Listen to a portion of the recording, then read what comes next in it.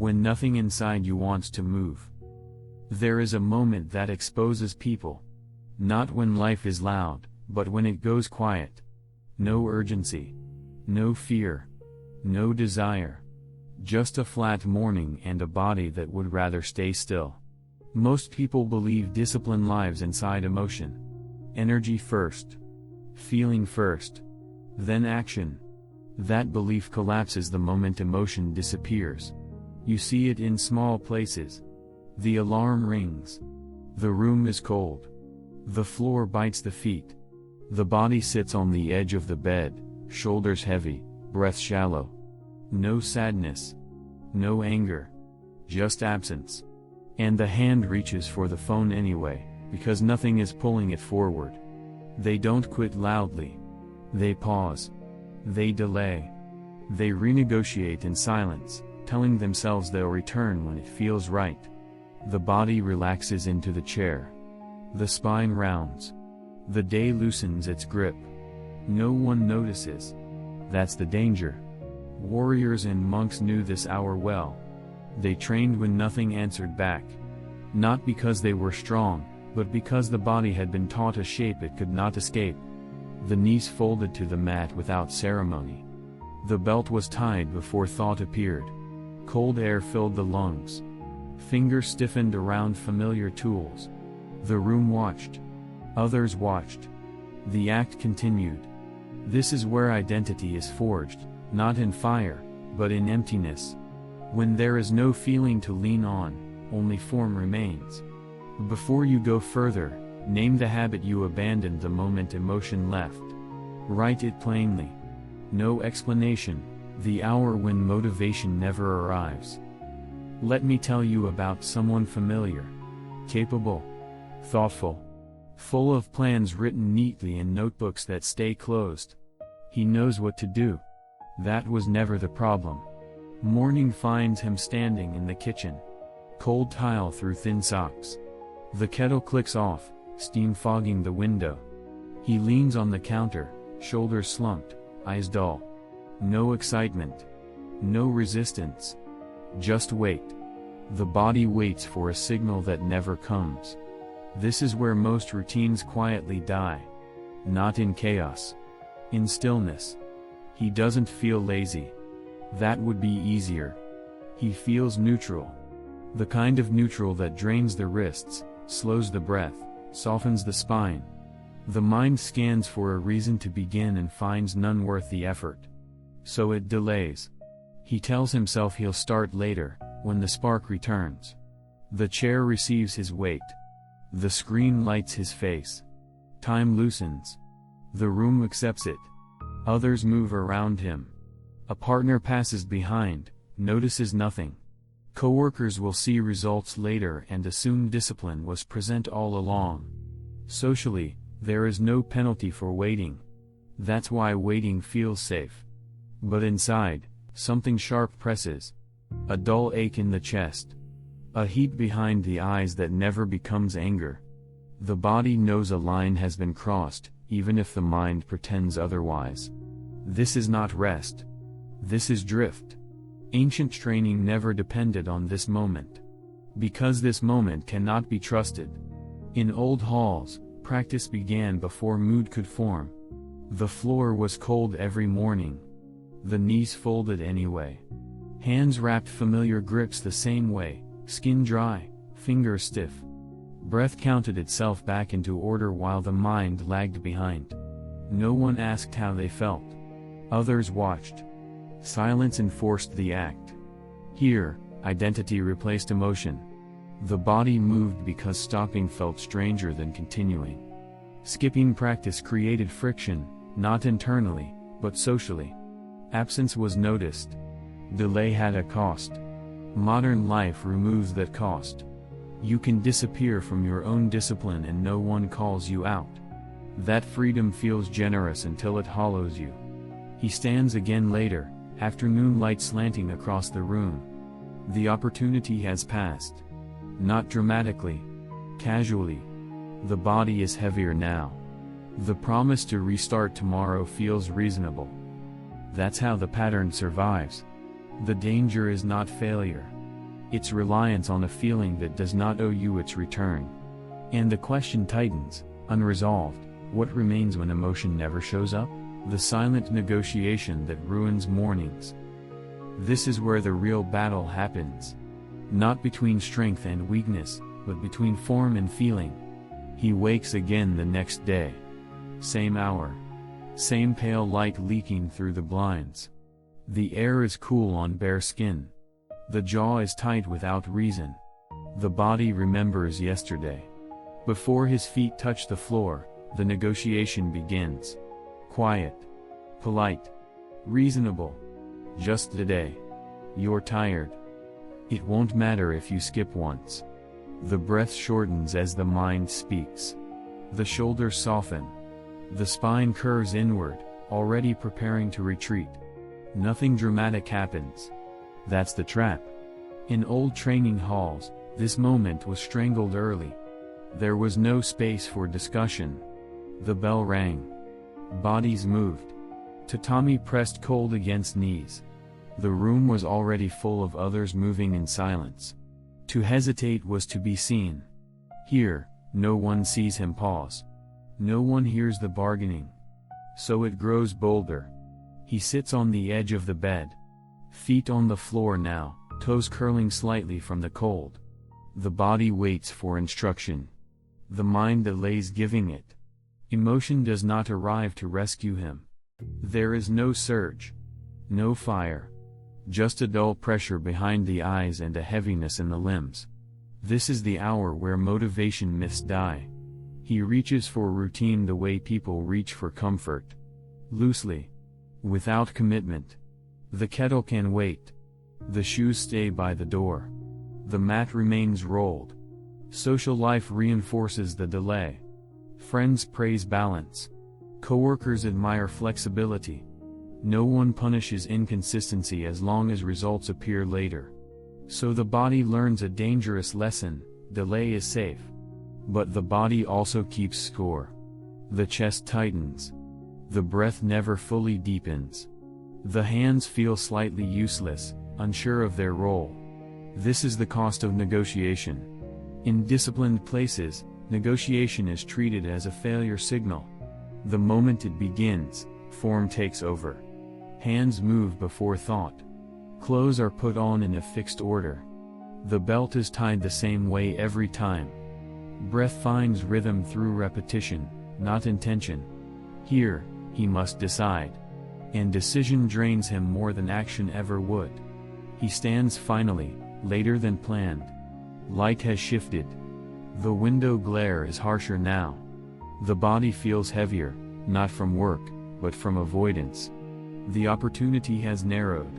He tells himself he'll compensate later. That promise feels soothing. It always has. What he doesn't notice is the erosion. Each negotiation teaches the body that form is optional. Each delay widens the gap between who he thinks he is and how he moves. That gap becomes uncomfortable to look at, so he stops looking. This is not weakness. It is uncontained choice. And the tension remains, unanswered and pressing. If every day begins with negotiation, when does discipline ever arrive? Where choice becomes the hidden enemy. By the third morning, nothing feels dramatic anymore. That's how it hardens. He moves through the house with practiced softness. Bare feet on cool floorboards. A shirt pulled on without care. The body is awake, but uncommitted. The air feels thin in the lungs, like breath never quite finishes. Choice is everywhere now. Too much of it. He stands in front of the door where training usually begins. The shoes are still there. Untouched. Laces loose, waiting. They accuse without sound.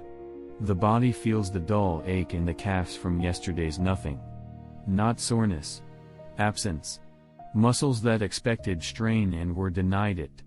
That denial registers as irritation, a low hum under the skin. This is where modern discipline collapses. Because choice feels like freedom. He tells himself he's being flexible, adaptive, reasonable. Words that sound mature in conversation. Friends would nod if he explained it. That imagined approval smooths the hesitation. In older systems, freedom was dangerous. Too much room meant decay. So rooms were narrow. Time was fixed. Actions were prescribed. The body learned routes before the mind learned excuses. Here, the route dissolves every morning. He must redraw it from scratch. That cost is invisible but heavy. The chest tightens slightly as he weighs options. Training now or later. Hard or light. Skip or adjust. Each option pulls a thread of attention. Soon the mind is cluttered, breath shallow, shoulders creeping upward. This is not fatigue from effort. It is fatigue from deciding. He sits briefly.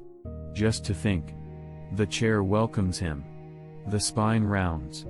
The phone vibrates on the table. Someone else's urgency leaks into the room. Social friction shifts shape here. No one pressures him to train. But everyone pressures him to stay available. Messages expect answers.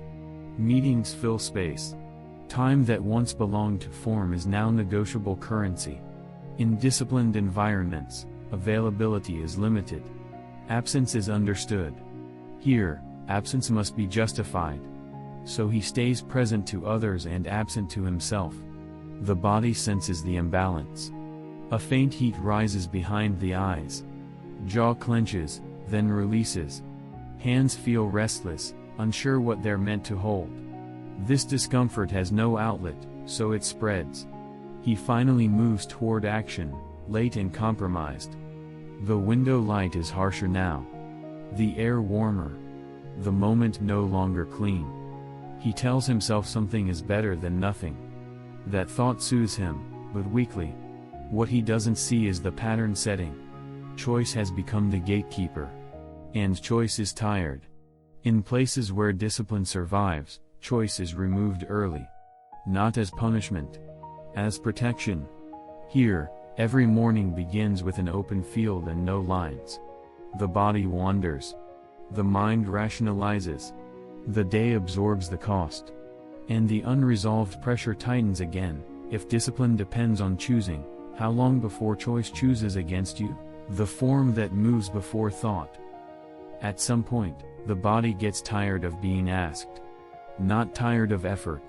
Tired of discussion. The morning opens the same way. Dim light. Cool air settling on skin. A faint stiffness in the lower back from sleeping too still.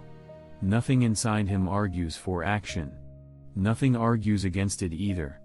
This is where something shifts. He stands without deciding to. Feet hit the floor. The cold sharpens the soles. Breath pulls deeper, almost irritated. The body does not wait for permission. Clothes go on in a fixed order. Shirt first. Belt next. Hands move with mild clumsiness, fingers stiff, but certain. There is no internal speech narrating the process. The mind arrives late. This is not motivation. It is momentum learned through repetition. In older disciplines, this moment was cultivated deliberately. Form was drilled until it bypassed preference. Knees folded to the mat before thought could object. Hands found familiar grips even when the wrists ached. The body knew the sequence. The sequence carried the day. Here, he feels the same phenomenon quietly take hold. Not triumph. Relief. The chest loosens slightly. Breath lengthens without instruction. The shoulders drop as if released from a contract they no longer need to sign. The absence of negotiation feels strange, almost suspicious. Others notice nothing. That's important. No praise arrives. No one comments on consistency. The world remains indifferent. That indifference becomes a test. He moves into practice while the room is still dim. Muscles protest mildly, not from strain, but from waking. A dull ache spreads through the thighs. Sweat forms slowly, cool against the skin. The body warms itself into purpose. There is no emotional payoff. No rush. Just continuity. Later, someone asks how he stays consistent. The question irritates him. He shrugs it off. Explaining would reintroduce choice, and choice feels dangerous now. Social friction changes shape here. Friends joke about rigidity. Schedules become predictable. Invitations thin slightly. That predictability unsettles people who live by mood. He feels the pressure but doesn't respond to it. Not deliberately. The response simply doesn't form. The body begins to expect this hour. Skipping it feels wrong in the muscles, not the mind. The chest tightens when the sequence is threatened. Hands feel unfinished if they don't complete familiar motions. This is the quiet birth of discipline without emotion. Not heroic. Not visible. Just reliable. The danger now is subtle. Complacency. Assuming the form will hold itself forever. Because form survives only as long as it is protected from negotiation. And the tension sharpens again, unresolved. What happens when this form is disrupted? Will identity hold, or will choice return? Continuity when the body is compromised. The problem appears quietly. A bad night. A tight joint. A body that doesn't feel ready. He notices it the moment he stands. The floor feels harder today. An ache runs along the outside of the knee. The lower back resists bending. Breath catches slightly, as if the lungs are negotiating now too. This is where many systems break. Not from absence of emotion, but from discomfort. The mind suggests rest. Reasonable rest. Responsible rest. Words that sound mature when spoken aloud. The body listens, uncertain. In older disciplines, this moment was anticipated. Injury did not cancel form. It altered it. He moves anyway. Slower. More carefully. The first motions are reduced, restrained. Muscles complain softly, then settle. The ache doesn't disappear, but it stops arguing. Continuity matters more than intensity here. The body recognizes the signal, we are still inside the pattern. Sweat forms later than usual. Cool at first, then warmer as movement continues. The breath stays shallow, controlled. No pushing. No forcing. Just presence. Others misunderstand this kind of practice. They think discipline means ignoring the body. They think stopping entirely is respect. Both are wrong. The real danger is the gap. The clean break where the body forgets the sequence. Where tomorrow requires decision again. He keeps the chain intact. Even briefly. Even imperfectly. Social pressure surfaces here. Someone notices the shorter session. Raises an eyebrow. Suggests taking a few days off. Concern masquerading as wisdom. He nods and says little. Words would invite discussion. Discussion would invite negotiation. The body already knows what it needs. The movement ends without ceremony. No satisfaction. No disappointment. Just completion. Later in the day, the knee feels steadier. The back looser. Not healed, aligned. The body registers relief at having stayed true to form. This is how discipline survives real life. Not through flawless execution, but through refusal to disappear. In places where training endures generations, continuity is sacred. A monk with fever still sits briefly. A warrior with injury practices footwork slowly. The chain remains unbroken. Here, he learns the same rule through experience. Skipping feels louder than pain now. The absence of form creates more discomfort than the ache ever did. That inversion is quiet but decisive. Still, a new tension forms. If continuity becomes the rule, excuses will change shape. Fatigue. Busyness. External demands. The body senses the next test approaching. And the question lingers, unresolved and sharp, when conditions worsen, not just physically, but socially, will continuity still hold? Pre-decided responses to silent disruptions. The next threat doesn't arrive as pain. It arrives as interference. A message lights up the phone earlier than usual. A request. Polite. Urgent enough to matter. The screen's glow pulls the eyes before the body finishes waking. The breath shortens. The spine stiffens slightly, as if bracing. This is where discipline usually fractures. Not from refusal, but from accommodation. He stands with the phone still in his hand. Cold floor under bare feet. The body waits for direction while the mind begins rearranging the morning. Training can move. It can shrink. It can disappear politely. In older systems, this moment was already solved. Not through strength, but through decision made long before it was needed. When rain fell, training moved indoors. When exhaustion appeared, intensity dropped. When time was cut, form was preserved in smaller shape. No discussion. No improvisation under pressure. He learns this the hard way. The first few disruptions catch him unprepared. He adjusts clumsily. The body feels the difference immediately. Breath never settles. Movements feel rushed, incomplete. The chain holds, but weakly. So he decides once. Quietly. Not in a moment of clarity, but in irritation. When mornings are interrupted, practice happens immediately after. When time collapses, duration shrinks, not frequency. When energy drops, pace slows, not form. The body accepts this instantly. Relief spreads through the chest. The shoulders loosen. The hands feel useful again. The next disruption arrives days later. A call. An unexpected obligation. The familiar pressure rises behind the eyes. This time, there is no pause.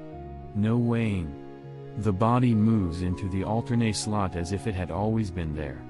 Muscles warm slowly. Sweat beads lightly along the spine. Breath finds rhythm without instruction. Social friction sharpens here. Others notice the inflexibility. They comment on timing. They suggest rearranging priorities. He listens without responding. Explaining would reopen the gate. Silence preserves the structure. What surprises him is the calm that follows. Not satisfaction. Stability. The day no longer feels compromised when disrupted. The body trusts that form will reappear somewhere, intact. That trust removes anxiety before it fully forms. This is how discipline survives complexity. Not by reacting well, but by refusing to react at all. The mind loses its leverage here. Excuses arrive late and find no opening. The body has already completed the action. But another tension waits ahead. Pre-decisions protect structure, but they also narrow life. Spontaneity thins. Availability shrinks. The question sharpens, unresolved and uncomfortable: how much of yourself are you willing to remove to keep form unbroken, when others begin to feel the difference? The change doesn't announce itself. It leaks outward. He moves through days with the same quiet rhythm. Wake. Form. Work. Return. The body recognizes the sequence before the clock confirms it. Muscles warm at predictable hours. Breath settles faster than it used to. The skin reacts to morning air like it remembers something ancient. Others start to notice, not improvement, but refusal. Invitations arrive with softer language. Only if you're free. We can move it if needed. They already know the answer half the time. That predictability unsettles them. In conversation, he listens more than he speaks. Not from patience, but from economy. Words feel unnecessary. Explaining routines would dilute them. So he lets silence carry the weight. Social spaces test him. Late nights. Unplanned drinks. Casual jokes about being rigid. Someone laughs and calls him disciplined like it's a flaw disguised as praise. He feels the pressure in the chest when these moments arrive. A tightness behind the sternum. A faint heat along the neck. The body registers threat, not physical, but structural. He doesn't argue. Doesn't defend. He simply leaves when the hour arrives. Feet on pavement.